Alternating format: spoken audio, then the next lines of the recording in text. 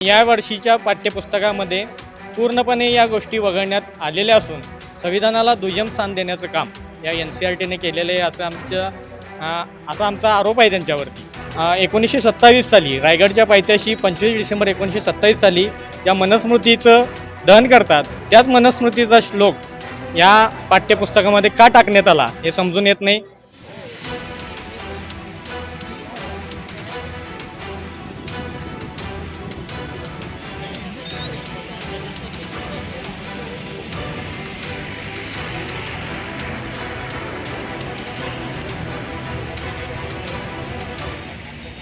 नमस्कार।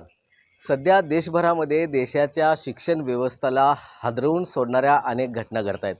यामध्ये नीटची परीक्षा पेपर फुटी असेल, आता परवा झालेला TETची परीक्षाचा पेपर फुटलेला असेल, त्याशिवाय NCERTनं गेल्या काही महिन्यांपूर्वी पाठ्यपुस्तकातून मराठा साम्राज्याचा नकाशा गायब केल्याचं प्रकरण असेल आणि आता NCERTनं इयत्ता 9वीच्या समाजशास्त्र विषयातून समाजवाद आणि धर्मनिरपेक्ष या शब्दांचा वगळणं असेल, शिवाय मनुस्मृतीचे काही श्लोक या पाठ्यपुस्तकांमध्ये घालणं, अशा अनेक घटनांमुळे सध्या देशाची शैक्षणिक व्यवस्था कुठंतरी कोलमडते का असा प्रश्न सर्वसामान्य जनतेपुढे उभा राहतोय। आणि त्या संदर्भामध्ये वंचित बहुजन आघाडी संलग्न असणाऱ्या सम्यक विद्यार्थी आंदोलनाच्या वतीनं जिल्हाधिकाऱ्यांना या संदर्भामध्ये निवेदन देण्यात आलेलं आहे। या सम्यक जिल्हा आंदोलनाचे जे आपले जिल्हाध्यक्ष आहेत आपल्याबरोबर आहेत, आपण त्यांच्याशी बोलणार आहोत। काय नक्की आता तुमची मागणी आहे या सर्व मागण्यांना घेऊन? आदरणीय प्रकाशदत्ता बाळासाहेब आंबेडकर साहेब यांच्या मार्गदर्शनाखाली सम्यक विद्यार्थी आंदोलन विद्यार्थ्यांसाठी काम करणारी संघटना आहे। या संघटनेच्या माध्यमातून विद्यार्थ्यांचे विविध प्रश्न मार्गी लावण्याचं काम महाराष्ट्रभर होत आहे। त्यातील नीटमधील सर्वात मोठा मुद्दा उचलून धरणारी पहिली संघटना महाराष्ट्रातील ती सम्यक विद्यार्थी आंदोलन आहे। गेल्याच महिन्यामध्ये मोठं आंदोलन आपण मंत्रालयावरती काढलेलं आहे। त्यानंतर लगेच दुसरा प्रश्न उद्भवला, तो म्हणजे या NCERTच्या पुस्तकामध्ये। तर या NCERTच्या पुस्तकामध्ये झालेल्या बदलाबाबत आम्ही 30 जून रोजी जिल्हाधिकारी यांना निवेदनाद्वारे NCERTला तुमच्याद्वारे पाठवण्याबाबत आम्ही निवेदन दिलेलं आहे।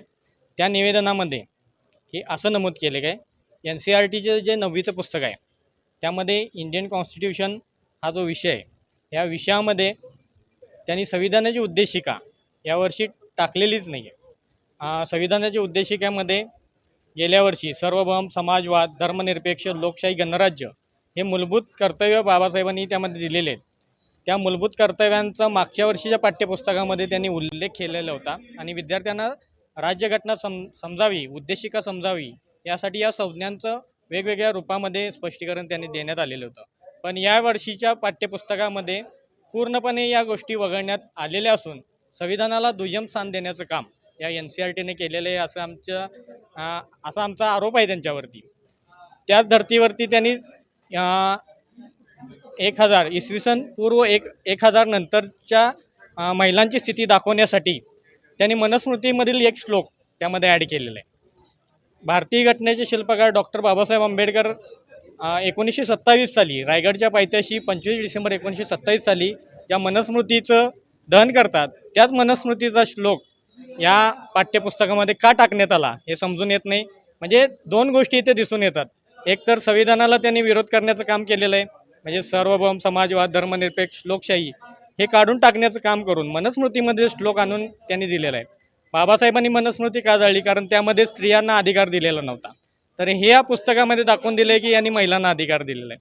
म्हणजे विद्यार्थ्यांमध्ये विरोधाभास निर्माण करण्याचं काम या NCERTच्या पुस्तकातून केलेलं आहे। आणि आत्ता जेव्हा मुद्दा बाहेर आलेला आहे तेव्हा काहीतरी वेगळं कारण देण्याचं काम ही NCERT करत आहे। त्याचा आम्ही सुरुवातीला जाहीर निषेध करतो। आमचे राष्ट्रीय अध्यक्ष प्रकाशदत्ता बाळासाहेब आंबेडकर साहेबांनी सुद्धा हा मुद्दा मोठ्या याच्यातून उचलून धरलेला आहे आणि त्याच्यावरती ते काम करतील याची आम्हाला खात्री आहे। घटनेनं आपल्याला स्वातंत्र्य दिलेलं आहे आणि धर्मनिरपेक्ष आहे, तर सर्व धर्मांचा, सर्व धर्म समभाव हा शब्द वापरून प्रत्येक धर्मियांचा आदर करण्यासाठी वेगवेगळे श्लोक प्रत्येक धर्मातले टाकले तर त्याला काही अडचण होणार नाही।